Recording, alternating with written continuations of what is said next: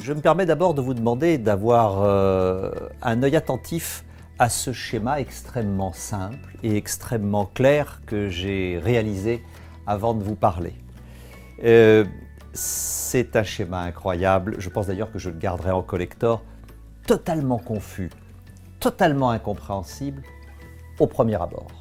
En réalité, apparaîtra sur votre écran dans l'enregistrement de cette vidéo un schéma beaucoup mieux décidé et beaucoup plus intéressant qui aura cette clarté. Mais je vais vous demander un exercice, je dirais, de confiance et d'attention. C'est qu'avec ce schéma derrière incroyable, nous allons quand même faire une balade simple et souriante. Donc bien sûr, vous allez vous repérer sur le schéma qui va apparaître à l'écran au fur et à mesure que mes mots seront prononcés, mais vous allez voir que nous allons arriver ensemble à décoder ce tableau d'art moderne surréaliste ou ce hiéroglyphe très ancien. Qui fait quoi? Digérer, c'est bien, mais qui digère quoi et comment? Je vous propose de suivre avec attention, et j'aurai besoin de la même attention que la vôtre pour vous le montrer, le schéma global que l'on peut retirer de ce fouillis de description. Ici, vous voyez l'être humain, le nez, l'œil et la bouche. Nous allons en premier reparler du trajet des aliments. Les aliments sont ingérés. La bouche est ici. Voilà, nous sommes ici. La bouche a des dents. Nous mastiquons les aliments, c'est-à-dire que nous partons. Vous vous souvenez ma comparaison? Voilà la cellule, elle regarde l'aliment que vous mangez et quand vous le mangez, elle voit un immeuble, tellement c'est immense par rapport à elle. Les dents, déjà, vont transformer le gratte-ciel en un immeuble de 3 étages. Un petit immeuble un peu plus sympathique. Les dents vont broyer les aliments. Donc on passe de portions comme ça à quelque chose comme ça. On s'aperçoit aussi que plus on mâche, bien mâcher, c'est bien assimilé. Parce que plus les portions de nourriture seront petites, plus maintenant nous comprenons que ce qui va se passer ensuite dans le tube digestif, eh bien les petits morceaux d'aliments vont donner plus de prise à tous les sucs digestifs. Donc mâcher est important. N'oubliez jamais de donner ce conseil prioritaire à toutes les personnes que vous allez guider dans un programme. Rien qu'en mâchant mieux, on change parfois jusqu'à 50% de sa digestion.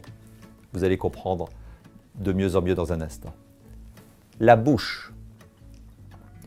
Je mâche avec mes dents, je réduis le morceau. Gratte-ciel, petit immeuble. Mais dans la bouche, il y a des glandes sous la langue, des glandes derrière la langue, des glandes salivaires qui vont produire de la salive, mélanger cette salive avec les morceaux d'aliments. Et déjà dans cette salive, il y a des sucs digestifs. Il y aura par exemple de l'amylase qui va digérer les amidons, commencer à digérer les amidons, ou de la lipase pour digérer les lipides. Plus nous les laissons en contact, mieux nous digérons. Parce que quand on mâche bien, on mélange bien les aliments avec la salive et donc les enzymes. J'ingère la bouche, les dents, le mélange avec la salive. On a donc des aliments qu'on appelle ensalivés. Ce mélange aliment-salive, en morceaux un peu plus petits, nous avalons. Quand on avale, cela descend le long d'un tuyau. Vous suivez, s'il vous plaît, mes flèches rouges. Voici le tuyau. Ce tuyau arrive dans l'estomac, qui est situé à peu près là. Ce tuyau s'appelle l'œsophage. Et comme la nature est merveilleusement bien faite, on sait aussi qu'au fond de notre bouche, ici, juste devant l'œsophage, il y a la trachée, là où nous respirons. Et il ne faudrait peut-être pas que ça se mélange. Il y a un petit clapet, ici, comme une luette derrière, un petit clapet au niveau du pharynx, qui au moment où nous avalons, bouche l'entrée de l'œsophage. Merveille. Quand on fait une fausse route, c'est que peut-être nous sommes en train de parler ou de rire ou qu'on a avalé de travers, qu'on a contourné ce petit clapet et qu'un petit peu de nourriture passe ou d'eau passe dans le larynx à la place de l'œsophage. Dents, on mâche, salive. Les aliments plus la salive descendent le long de l'œsophage. Tuyau, un vrai tuyau. Bzzz. Ce tuyau est actif quand même, il fait des mouvements comme ça. Il favorise la descente des aliments, il donne de l'élan aux aliments, il se contracte, il y a des muscles autour de ce tuyau. Nous arrivons dans l'estomac. Le voici très mal dessiné, mais je vous donne le contour. Le voici, c'est cette poche qui est ici. Dans cette poche, il va aussi se passer plein de choses, nous en parlons après. Pour l'instant, au niveau de l'estomac, c'est une chute, je dirais, qui d'un seul coup va donner aux aliments, là les aliments étaient assez tranquilles, ils venaient de la bouche, ils étaient encore des aliments. Je dirais, ils se la jouaient un peu, je suis toujours une pêche, une pomme, un morceau de viande. Dans l'estomac, tout le monde fait profil bas, très acide. Pour vous donner une idée, si on pouvait tremper son doigt au fond de son estomac, là où c'est le plus acide, et le laisser pendant une dizaine de minutes, on ressortirait sans le bout du doigt, tellement c'est acide. Mais vous allez me dire, et c'est là où encore et toujours la nature est fantastique, mais l'estomac, comment il fait pour ne pas se digérer lui-même, puisque c'est tellement acide? Eh bien parce que dans toutes les parois de l'estomac, il y a une sorte de mucus qui est sécrété par l'estomac et qui est insensible à l'acide chlorhydrique qui est donc dans l'estomac. Évidemment, c'est la merveille de la nature. Donc les aliments, là, par cette acidité, d'un seul coup se transforment sont liquéfiés. Les aliments qui frimaient encore un peu dans la bouche se font tout petits et ils commencent à se liquéfier. Ce liquide va être propulsé dans un début de tuyau beaucoup plus mince qui va s'appeler le duodénum, qui a une forme de coude ici, comme ceci, qui fait comme ça. Et ce duodénum va se poursuivre par les maîtres d'un petit intestin qui s'appelle l'intestin grêle. Et si on fait une coupe de l'intestin grêle, c'est quelque chose comme ça, c'est un tuyau, mais ce tuyau à l'intérieur va être comme ça. Et vous voyez, donc la nourriture passe ici. Le tuyau n'est pas complètement rond à l'intérieur.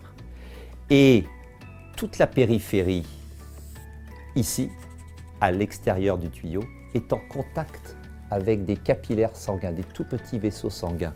Et c'est là où se passent les échanges entre les nutriments et le sang. C'est là où l'aliment est devenu protides, lipides, glucides et micronutriments, et où il va inonder le sang pour aller nourrir nos cellules, puisque le sang inonde tout notre corps. Donc, bouche, dents, salive, œsophage, estomac, coup de poing très fort aux aliments qui se liquéfient, duodénum, intestin grêle, des mètres. Au bout d'un moment, il faut des mètres, parce que ce qu'on appelle maintenant le bol alimentaire, parce que c'est liquide, progresse, et c'est cette progression et ce frottement contre les parois qui fait que mètre après mètre, enfin centimètre après centimètre, eh bien, les micro et macronutriments vont s'échanger. Il faut leur laisser le temps de s'échanger, ce qui explique la longueur de l'intestin grêle. Et puis, fin de l'intestin grêle, hop, on arrive ici à une petite valvule particulière qui empêche que ça reparte dans l'autre sens. C'est ce qu'on appelle le côlon, le gros intestin. Ce gros intestin débute là, il monte, et on l'appelle le côlon ascendant. Il traverse le corps en dessous les côtes, c'est le côlon transverse, et il redescend derrière jusqu'au rectum, c'est le côlon descendant, le sigmoïde, et le rectum, l'anus. Donc, ici, il y a une petite, juste au moment où il y a cette fonction, il y a un petit morceau un tout petit réservoir qui s'appelle l'appendice. Et quand, à force de mauvaise nourriture, de stress, ça s'enflamme. Tout ce qui s'enflamme dans le corps, il y a le terminal IT, la fin en IT, comme site veut dire cellule, adipocyte, etc. Eh bien, IT veut dire je m'enflamme. Et l'appendice qui s'enflamme, c'est l'appendice IT, l'appendicite. Et quand on a une appendicite, eh bien, comme ça va enflammer tout le côlon et parfois vraiment créer des gros désordres de santé parce qu'il y a des infections qui se mettent par-dessus, eh bien, on l'opère. C'est-à-dire que tout simplement, on ouvre avec un tout petit trou, on coupe ce qui s'est enflammé, on l'enlève et on n'a plus d'appendicite. Mais en même temps, je le signale, et c'est très important, demandez toujours à une personne si elle a été opérée de l'appendice et pas de l'appendicite. On n'opère pas l'appendicite, on opère l'appendice parce qu'il y a une appendicite. Lorsque l'on a été opéré de l'appendice, on a toujours besoin de ferments, de probiotiques, de levures, vous savez, de lactobacilles, parce que la fonction de cet appendice, c'est de créer justement des ferments et de créer des bactéries bonnes, des bactéries positives pour la santé. C'est un petit peu un sac de fermentation à bactéries positives. Quand on ne l'a plus, on a besoin de recharger les gens en bactéries. Posez toujours la question, avez-vous été opéré de l'appendice? Ou avez-vous de la colite, des choses comme ça? Toutes les choses qui enflamment le côlon et qui empêchent d'avoir une bonne flore intestinale.